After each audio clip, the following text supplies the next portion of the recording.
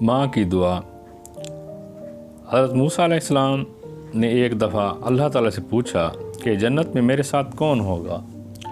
ارشاد ہوا فلاں قصاب ہوگا۔ آپ کچھ حیران ہوئے اور اس قصاب کی تلاش میں چل پڑے۔ وہاں دیکھا تو ایک قصاب اپنی دکان میں گوشت بیچنے میں مصروف تھا۔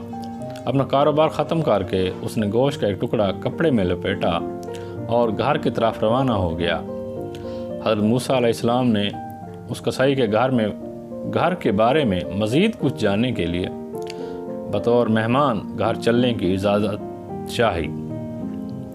گھر پہنچ کر قصائی نے گوشت کو پکایا، پھر روٹی پکا کر اس کے ٹکڑے شوربے میں نرم کیے اور دوسرے کمرے میں چلا گیا جہاں ایک نہایت کمزور بڑھیا پلنگ پر لیٹی ہوئی تھی۔ قصاب نے بمشکل اسے سہارا دے کر اٹھایا اور ایک ایک لقمہ اس کے منہ میں دیتا رہا۔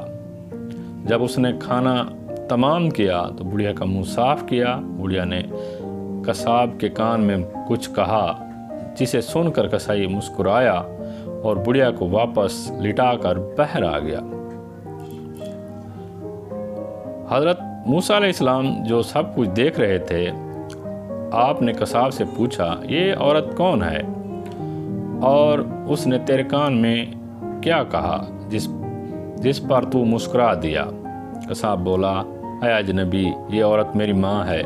گھر پر آنے کے بعد سب سے پہلے اس کے کام کرتا ہوں۔ یہ روز خوش ہو کر مجھے دعا دیتی ہے کہ اللہ تجھے جنت میں حضرت موسیٰ علیہ السلام کے ساتھ رکھے، جس پر مسکرا دیتا ہوں کہ بھلا میں کہاں اور موسیٰ کلیم اللہ کہاں۔ سبحان اللہ۔